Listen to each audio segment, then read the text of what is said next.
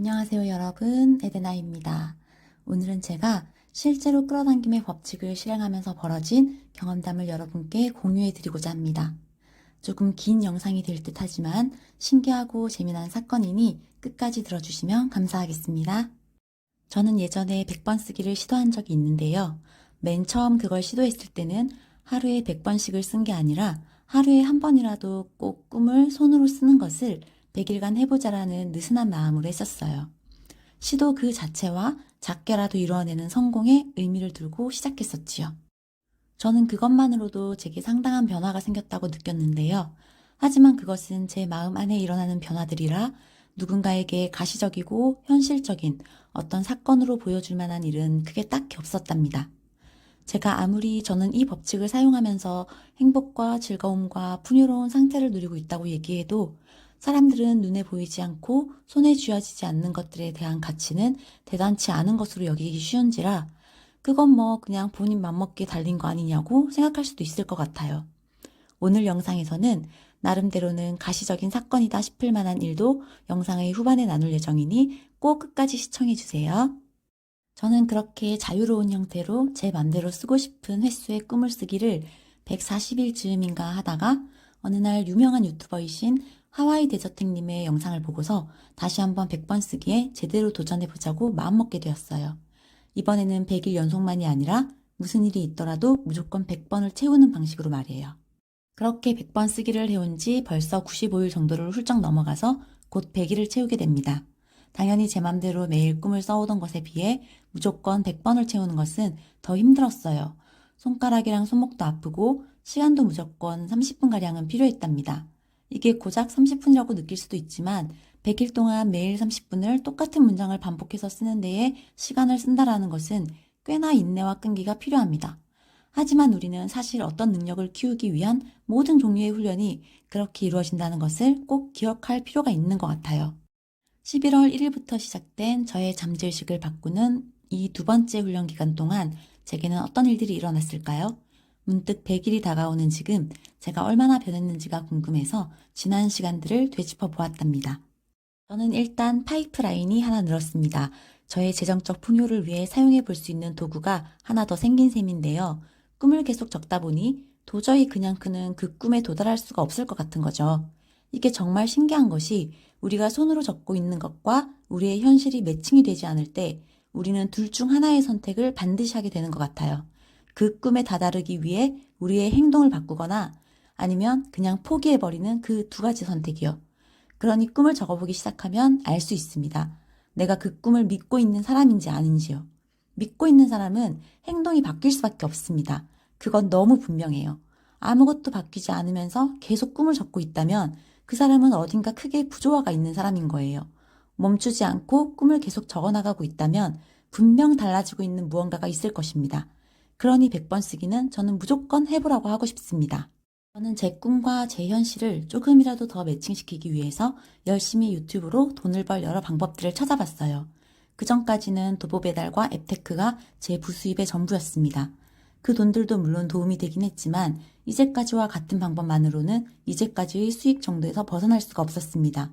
꿈을 향해 가기 위해선 분명 발을 뻗어 다른 길을 내야 했어요.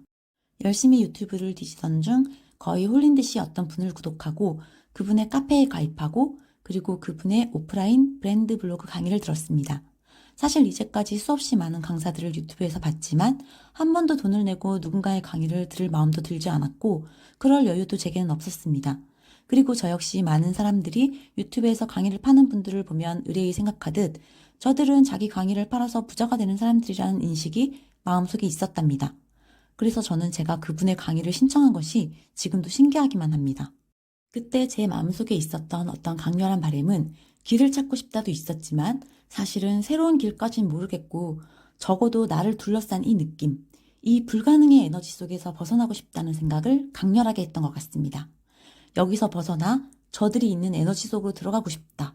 저 안에 있고 싶다. 안 되는 게 당연하고 이렇게 사는 게 주어진 운명이고 꿈은 어릴 적에나 꾸는 것이라고 말하는 듯한 제 주변 사람들과 주변 환경들을 모두 가능하다. 꿈꾸면 이루어진다. 성장하고 발전하면 놀라운 풍요를 이룰 수 있다고 응원해주는 사람과 환경들로 바꾸고 싶다고 생각했습니다. 여러분, 이것은 정말 매우 매우 중요한 것입니다. 그건 어려워. 그건 이루어질 수 없는 일이야. 그런 건 불가능해. 라고 말하는 이들 곁에 있지 마세요. 내게 부정적인 에너지를 주는 환경들을 멀리하는 것 또한 나를 사랑하는 매우 지혜로운 방법입니다. 그래서 제가 그분의 강의를 듣고 떼돈을 벌었냐고요? 아니요. 저는 이제 겨우 제가 사용해 볼 수 있는 어떤 도구 하나를 손에 더 쥐었을 뿐입니다. 하지만 저는 그분의 강의에서 만난 수강생분 중에 한 분이었던 열정적이고 훌륭한 기술자 한 분의 사업 홍보를 돕기로 계약해서 프리랜서 브랜드 블로그 마케터로서의 첫걸음을 내딛기 시작했습니다. 여러분, 저는 그 강의를 신청하기 위해 수강료를 입금하면서 막 울었어요. 수강료가 아까워서 온 것은 아니고요. 어떤 감당할 수 없는 감정 같은 것들이 몰려오더라고요. 두려움인지 설레임인지 서러움인지 같은 그런 묘한 감정이요. 저는 그게 새로운 걸 시도하려고 할 때 오는 감정이라고 생각해요. 그 돈을 입금하면서 저는 그때 무엇을 인지했냐면 이걸 내고 나면 나는 지금까지 내가 안 해본 뭔가를 또 해야 해.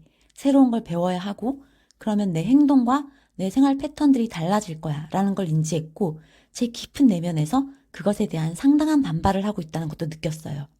그냥 익숙한 상태. 그러니까 지금까지 해오던 것처럼 머물러 있고 싶다는 그 반발감을 이기려고 발버둥 치는 것이 그렇게 서럽더라고요. 나를 바꾸는 것이 좀 편하게 되면 얼마나 좋겠어요. 그쵸?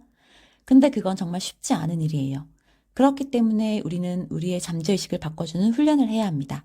그러면 그걸 이길 힘이 자꾸자꾸 생기는 것 같아요. 그 수강료에 대한 재미있는 사건을 하나 더 말씀드리려고 해요.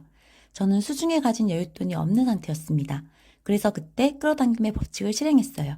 일단 다른 생활비로 빠져나가야 하는 돈들로 수강료를 먼저 지불하고 마음으로 반드시 이 돈이 채워질 것이라고 생각했어요. 그 방법은 내가 알 수 없지만 내가 생각지도 못한 방식으로 이 돈이 채워질 거라고 믿었어요. 그리고 강의실에서 강의를 듣고 있는 저를 계속 떠올렸어요. 강의 시작 전날까지 환불은 가능한 상태였습니다. 정말로 상황이 허락지 않는다면 수강을 취소해야 하는 상황이었지요. 그때에 제가 해결할 수 있는 방법은 하고 있던 도보 배달을 정말 발이 부르트도록 더해서 그 금액을 메꾸는 것밖에는 떠오르지 않더라고요. 하지만 분명 제가 생각하지도 않았던 방식으로 그 돈은 메꾸어졌습니다. 강의 공지는 11월 17일에 올라왔습니다. 그리고 강의 시작일은 12월 10일이었어요. 일단 돈은 지불했고 저는 제 일상을 열심히 살면서 그 빈돈을 메꿀 방법을 생각했습니다. 게다가 엎친 데 덮친 격으로 제가 갖고 있는 대출의 일부를 상환해야 대출 기한을 연장해 줄 수 있다는 알림이 왔습니다. 아무리 제가 도보 배달을 열심히 한다고 해도 그 두 가지를 메꾸기엔 벅찬 상황이었어요. 그러던 중 하루는 카톡으로 제가 가입한 보험사에 정기 알림 톡이 왔습니다. 그게 11월 24일입니다. 아주 오래전에 들어놓은 실비보험인데 해마다 갱신 알림이나 계약 사항에 대한 확인 같은 알림이 왔기 때문에 저는 그때도 그런가 보다 하고 넘기려다가 어쩐 일인지 들어가서 계약 조건을 다시 살펴보고 싶더라고요. 그래서 들어가서 확인해 보니 제 보험이 해지 환급금이 있다는 겁니다. 게다가 그 액수가 꽤 컸어요. 280만 원이 넘는 돈이었지요. 강의료와 대출의 일부 상환금을 지불하고 제가 가진 일상생활비를 조금 보태면 매우 타이트하게 딱 떨어지는 돈이었어요. 실비보험이 무슨 환급금이 있지? 하고 의아해했는데 알고 보니 제가 들어놓은 실비가 아주 오래전에 든 것이라 건강보험과 같이 묶인 상품이었고 저는 그걸 그저 실비로 생각하면서 계속해서 제법 비싼 실비보험을 그저 제가 병원을 자주 다니기 때문에 보험료가 비싼 것이라고 생각하며 지불하고 있었던 겁니다. 제가 그 보험을 해지하고 실비만으로 된 보험으로 다시 가입할 거라고 하자 주위 사람들이 굉장히 만류를 했습니다. 옛날 실비가 훨씬 상품이 좋다고 말이죠. 하지만 제 귀엔 그 말이 들어오질 않았던 것 같아요. 일단 발등에 떨어진 불부터 꺼야 했지요. 그래서 앞뒤 생각할 것 없이 보험을 해약했습니다. 사실 저는 그 시기에 계속 원인을 찾지 못하는 어지러움증으로 병원을 다니고 있었거든요. 실비는 한번 해지하면 병원 기록이 있으면 다시 가입하기가 무척 어렵다는 것을 그때 몰랐어요. 그저 서비스가 좀 더 옛날 실비보다 떨어진다는 것만 알았지요. 여튼 절대 보험을 해약해서는 안 되는 거였는데 그냥 어차피 원인을 찾지 못하는 병이니 몸도 나을 거라고 믿기로 했습니다. 아마도 들으시는 분들은 그게 무슨 대책 없는 생각이냐고 할 수도 있으실 것 같은데 저는 나름대로는 그렇게 저를 실험하고 싶었던 것도 같아요. 믿는다는 것은 참 두려운 마음의 행위입니다. 왜냐하면 믿음이라는 건 절대 흔들리지 않는 마음 상태가 아니라 흔들리는 상태를 계속 제자리로 돌려 세우는 마음의 행위이거든요. 저는 믿음을 그렇게 생각합니다. 그래서 결과는 어떻게 되었냐고요? 저는 보험을 해지했고 다시 실비만 따로 가입하려다가 그게 쉽지 않다는 것을 깨닫고 큰 난관에 봉착했지만 저의 직장 상사분이 소개해 주신 무척 친절하고 성실하신 보험 설계사분을 알게 되어 부담보가 아주 약간 잡히긴 했지만 무사히 이전보다 보장은 더 크고 비용은 좀 더 줄인 상태로 건강보험과 실비보험을 가입하게 되었어요. 그리고 몸 상태도 이전보다 훨씬 좋아졌습니다. 정말 생각지도 못하게 들어왔던 제 월급보다도 훨씬 더 큰 돈으로 인해 저는 위기를 잘 넘어가고 듣고 싶던 강의도 듣고 그로 인해 새로운 파이프라인도 구축해내었습니다. 여러분 어떠신가요? 이 모든 이야기들이 그저 다 우연인 것 같나요? 그렇다면 제 채널을 구독하셔서 앞으로의 영상들도 시청해주세요. 아마도 더 많은 꿈 같은 우연 스토리, 그렇지만 분명히 제가 끌어당기는 재미난 삶의 이야기들을 들으실 수 있을 겁니다. 왜냐하면 저는 앞으로도 계속 행복과 풍요를 제게로 끌어당길 것이기 때문입니다. 오늘도 들어주셔서 감사합니다. 제 영상이 마음에 드셨다면 구독, 좋아요, 알림 설정 부탁드리겠습니다. 감사합니다. 에데나였습니다. 안녕.